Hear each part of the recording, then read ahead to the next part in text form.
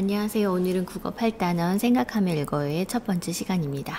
자, 교과서는 248쪽을 펼쳐두면 됩니다. 모두 교과서가 준비되었나요? 그러면 교과서에 이렇게 여자친구가 어떤 생각하는 모습을 볼 수 있을 것 같아요. 자, 이 여자친구가 봤던 이 여자친구가 생각하는 첫 번째 이미지는 친구가 책상에 부딪히고 있어요. 그리고 두 번째는 학교 안전사고 예방 교육에 대한 이미지가 있고, 옆쪽은 또 친구랑 부딪히는 모습도 보이긴 하네요. 그럼 친구가 이렇게 생각한 이걸 가지고 어떤 의견을 썼을까? 자, 학교 안전사고에 관련해서 이 친구가 쓴 글을 한번 읽어보도록 하겠습니다. 학교 안전사고를 예방하려면 학생들에게 사전 안전교육을 실시해야 합니다. 이 정도는 괜찮겠지? 또는 나 하나쯤이야 라는 생각 때문에 학교에서 안전사고가 일어나기도 합니다. 예를 들어 먼저 지나가려는 마음에 복도에서 뛰다가 친구들과 부딪혀 서로 다친 경우가 있었습니다. 사전 안전교육으로 우리의 부주의 때문에 일어나는 사고를 줄일 수 있습니다. 사전 안전교육은 우리에게 안전의 중요성을 알게 하고 안전에 관심을 가지도록 도와줍니다. 사전 안전교육으로 학교 안전사고를 예방해야 합니다. 라고 글을 참 잘 썼어요. 그럼 이 글에 나타난 이 글쓴이의 의견은 무엇일까요? 보통 의견은 어디에 나온다? 처음 아니면 끝부분에 나온다고 여러 많이 배웠는데요. 자, 맞았어요. 이 친구의 의견은 학교 안전사고를 예방하려면 학생들에게 사전 안전교육을 실시해야 한다라고 했어요. 그럼 왜 이걸 실시해야 될까? 왜 필요할까? 사전 안전교육으로 우리의 부주의 때문에 일어나는 사고를 할 수 있기 때문에 줄일 수 있기 때문이다 라고 글을 썼어요. 그럼 이 친구가 쓴 의견이 적절한지 평가하려면 우리는 어떤 걸 보면 좋을까요? 의견과 뒷받침 내용을 생각해보고 의견과 뒷받침 내용이 과연 믿을만한지 생각을 해봐야 되겠죠. 자, 이처럼 이번 단원에서는 글쓴이의 의견이 적절한지 생각하며 글을 읽는 거에서 끝나는 게 아니에요. 여러분이 써보는 것까지 한번 해보도록 하겠습니다. 그럼 이제 오늘의 학습 문제입니다. 의견이 적절한지 판단해야 하는 까닭을 알아보도록 하겠습니다. 우리 248쪽과 249쪽은 지금 먼저 했어요. 그래서 이제 250쪽을 같이 한번 보면 될 것 같습니다. 의견과 까닭을 파악하며 당나귀를 팔러 간 아버지와 아이를 한번 읽어보도록 하겠습니다. 선생님 저 이거 알아요. 이거 많이 읽어봤어요 하는 친구들도 많을 것 같아요.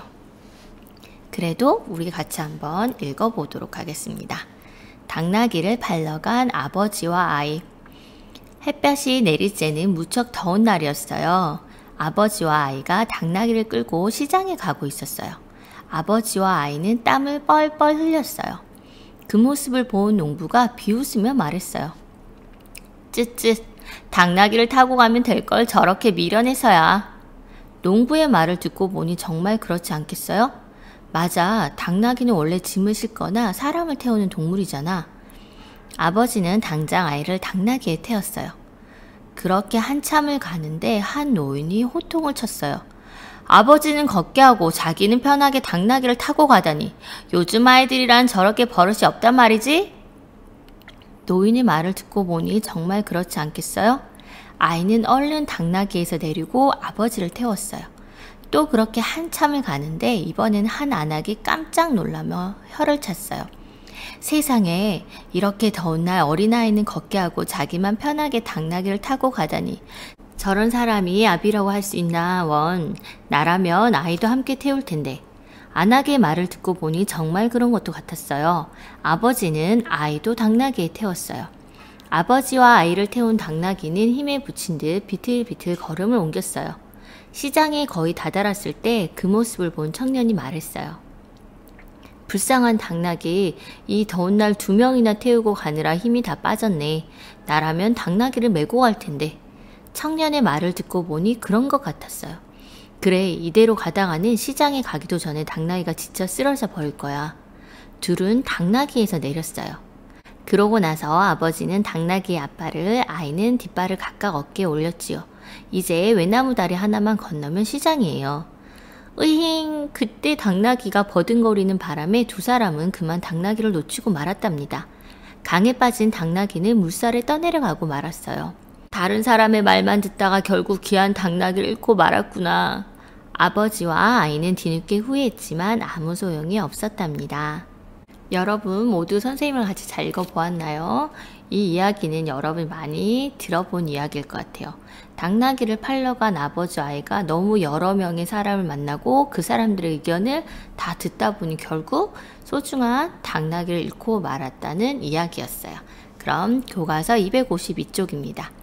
당나귀를 팔러 간 아버지와 아이를 읽고 물음에 답해 봅시다 되어 있어요. 이번에 1번 같은 경우는 여러분이 이야기를 잘 읽었다면 누구나 금방 잘 풀 수 있는 문제고요. 2번도 역시 다른 사람들의 의견을 들은 아버지와 아이가 어떻게 행동했는지 우리 이번에 1번과 2번만 먼저 여러분이 영상을 잠깐 멈추고 스스로 학습해 보도록 하겠습니다. 그럼 이제 선생님과 함께 확인해 보도록 하겠습니다.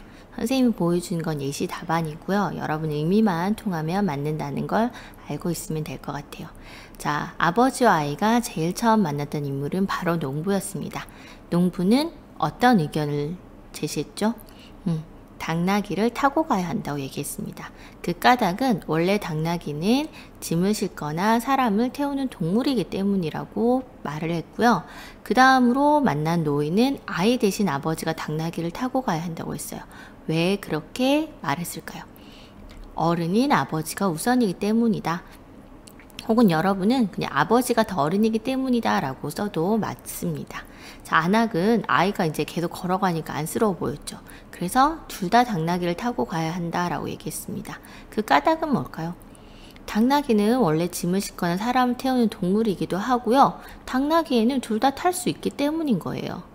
청년은 당나귀를 메고 가야 된다고 얘기했습니다. 왜냐하면 당나귀가 굉장히 비틀비틀 당장이라도 쓰러질 것처럼 보였던 거죠.